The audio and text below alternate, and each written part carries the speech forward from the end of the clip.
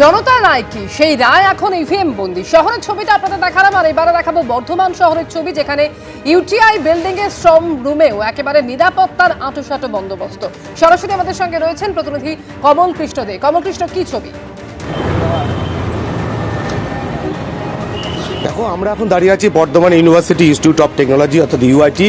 এটাই হচ্ছে ঢোকার গেট এবং রীতিমতোভাবে এই গেট দেখছো যে বন্ধ করা আছে এবং রাজ্য পুলিশের সশস্ত্র কর্মীরা এখানে আছেন এবং এখান থেকে যে ঢুকতে হবে তাকে রীতিমতো কার্ড দেখাতে হবে, পারমিশন থাকলেই তবে কিন্তু ঢুকতে দেওয়া হবে।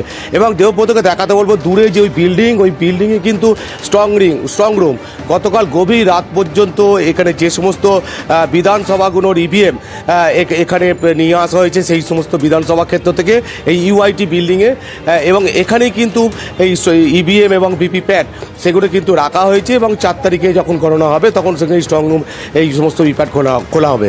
এবং এইখানে যেমন রাজ্য পুলিশের সশস্ত্র বাহিনী যেমন এখানে আছে, কিন্তু এর পরের জন্য যেখানে আমরা এখন ঢুকতে পারছি না, এরপর কিন্তু পুরোপুরি কেন্দ্রীয় বাহিনীর নিরাপত্তা, সেখানে কিন্তু কোনো রকমভাবে অ্যালাউ নেই। এবং এই যে গেট, সেই গেট দিয়ে যদি কেউ ঢুকতে যায় তাকে কিন্তু সচিত্র পরিচয়পত্র দেখাতে হবে প্রথম রাজ্য পুলিশকে, এবং তারপরে যখন সে ভেতরে যাবে সেখানে কেন্দ্রীয় বাহিনীর নিরাপত্তা আছে সেখানে তাদেরকে দেখাতে হবে, এবং তারপর তার কী কী বিশেষ কাজ আছে সেগুলো কিন্তু বলতে হবে।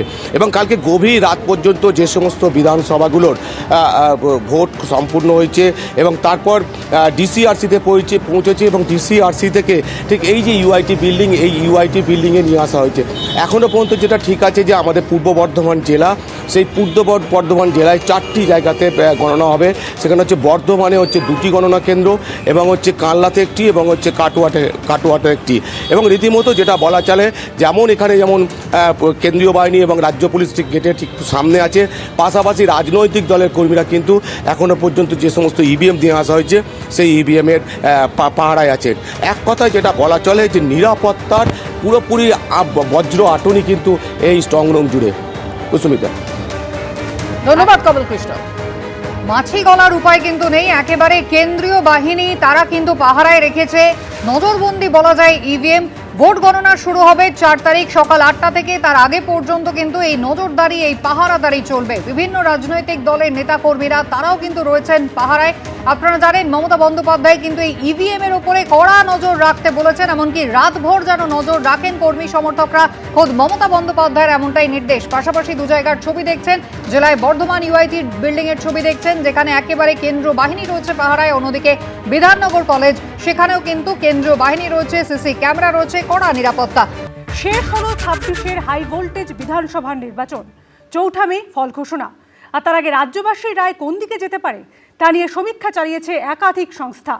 পরিবর্তন না প্রত্যাবর্তন, কি ইঙ্গিত দিচ্ছে সমীক্ষক সংস্থাগুলি? আসুন দেখে নিন। 26-এর হাই ভোল্টেজ বিধানসভার নির্বাচন শেষ। কিছু বিক্ষিপ্ত ঘটনা ছাড়া মোটামুটি নির্বিঘ্নেই কাটল 2 দফায় ভোট গ্রহণ।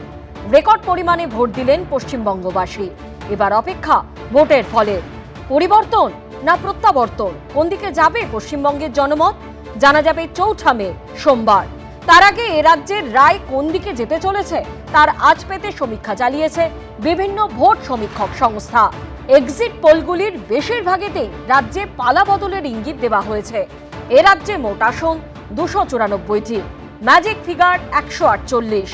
এই অবস্থায় চাণক্য স্ট্র্যাটেজিসের বুথ ফেরত সমীক্ষা বলছে 150 থেকে 160টি আসন পেয়ে ক্ষমতায় আসতে পারে বিজেপি।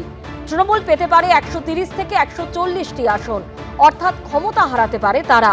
কংগ্রেসের ঝুলিতে যেতে পারে 2 থেকে 4টি আসন, অর্থাৎ বিধানসভায় শূন্যের গেরো পার করতে পারে তারা। 4 থেকে 6টি আসন পেতে পারে অন্যরা। ভোট শতাংশের হিসেবে দেখলে চাণক্য স্ট্র্যাটেজিসের বুথ ফেরত সমীক্ষা অনুযায়ী বিজেপি পেতে পারে 43 থেকে 45% ভোট। সেখানে তৃণমূলের ঝুলিতে যেতে পারে 40 থেকে 43% ভোট। কংগ্রেস 3 থেকে 6% এবং অন্যরা 8 থেকে 10% ভোট পেতে পারে এই নির্বাচনে। রোজা পোল অ্যানালিটিক্সের বুথ ফেরত সমীক্ষাতেও বিজেপিরই ক্ষমতায় আসার জোরালো সম্ভাবনা।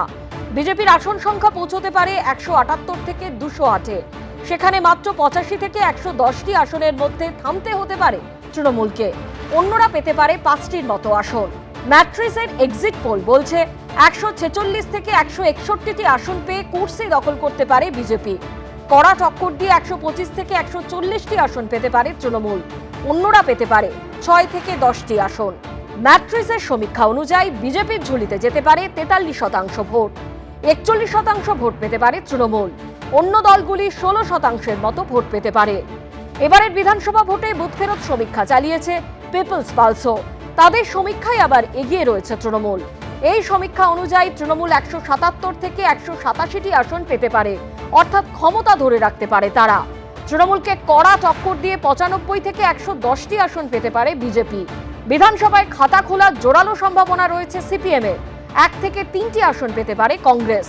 সমীক্ষক সংস্থা পোল ডায়েরির ডেটা অনুযায়ী বিজেপি 142 থেকে 171টি আসনে জিতে পশ্চিমবঙ্গে প্রথমবার ক্ষমতায় আসতে পারে। 99 থেকে 127টি আসন যেতে পারে তৃণমূলের ঝুলিতে। 3 থেকে 5টি আসনে কংগ্রেস এবং 2 থেকে 3টি আসন পেয়ে খাতা খুলতে পারে বামেরা। অন্যরা পেতে পারে 0 থেকে 1টি আসন। প্রাপ্ত ভোট শতাংশের দিক থেকে 46% ভোট পেতে পারে বিজেপি। সেখানে 40% ভোট যেতে পারে তৃণমূলের ঝুলিতে। কংগ্রেস 5% এবং বামফ্রন্টের দখলে থাকতে পারে 7% ভোট। 2% ভোট যেতে পারে অন্য দলগুলির কাছে। পি মার্কের এক্সিট পোল বলছে বিজেপি 150 থেকে 175টি আসন পেতে পারে। তৃণমূল জয়ী হতে পারে 118 থেকে 138টি আসনে। অন্যরা পেতে পারে 2 থেকে 6টি আসন। আরেক সমীক্ষক সংস্থা জনমত পোলসের সমীক্ষা অনুযায়ী আবার চতুর্থবারের জন্য মুখ্যমন্ত্রী হতে পারেন মমতা বন্দ্যোপাধ্যায়। তাদের সমীক্ষায় দাবি 195 থেকে 205টি আসনে জয়ী হতে পারে তৃণমূল। 80 থেকে 90 আসনে আটকে যেতে পারে বিজেপি। কংগ্রেস 1 থেকে 3টি আসন। বামেদের খাতা খোলার সম্ভাবনাও রয়েছে। অন্য দলগুলি 3 থেকে 5টি আসনে জিততে পারে। ভোট শতাংশের দিক থেকে দেখলে জনমত পোলসের সমীক্ষা অনুযায়ী 50% ভোট পেতে পারে তৃণমূল। সেখানে 41% ভোট যেতে পারে বিজেপির কাছে। কংগ্রেস ও বামেরা 3% করে ভোট পেতে পারে। অন্য দলগুলির ঝুলিতেও যেতে পারে 3%-এর মতো ভোট। জেভিসির বুথ ফেরত সমীক্ষা বলছে ত্রিশঙ্ক হতে পারে পশ্চিমবঙ্গ বিধানসভা। হয়তো এমনটা হলো যে কোনো দলই নিরঙ্কুশ সংখ্যাগরিষ্ঠতা পেল না। তৃণমূল 138 থেকে 159 আসন ও বিজেপি 131 থেকে 152 আসনে জিততে পারে। কংগ্রেস পেতে পারে 2টি আসন। অন্য দলগুলির ঝুলিতেও যেতে পারে 2টি আসন। তবে এসবই একটা সম্ভাবনা মাত্র। অতীতে একাধিকবার ভুল প্রমাণিত হয়েছে এক্সিট পোল, আবার কখনো তা মিলে গেছে। তাই আদতে কোন দল জিতবে আর কারা পরাজিত হবে তা বোঝা যাবে 4 মে সোমবার। এবিপি আনন্দ। এবিপি আনন্দ, এগিয়ে থাকে, এগিয়ে রাখে।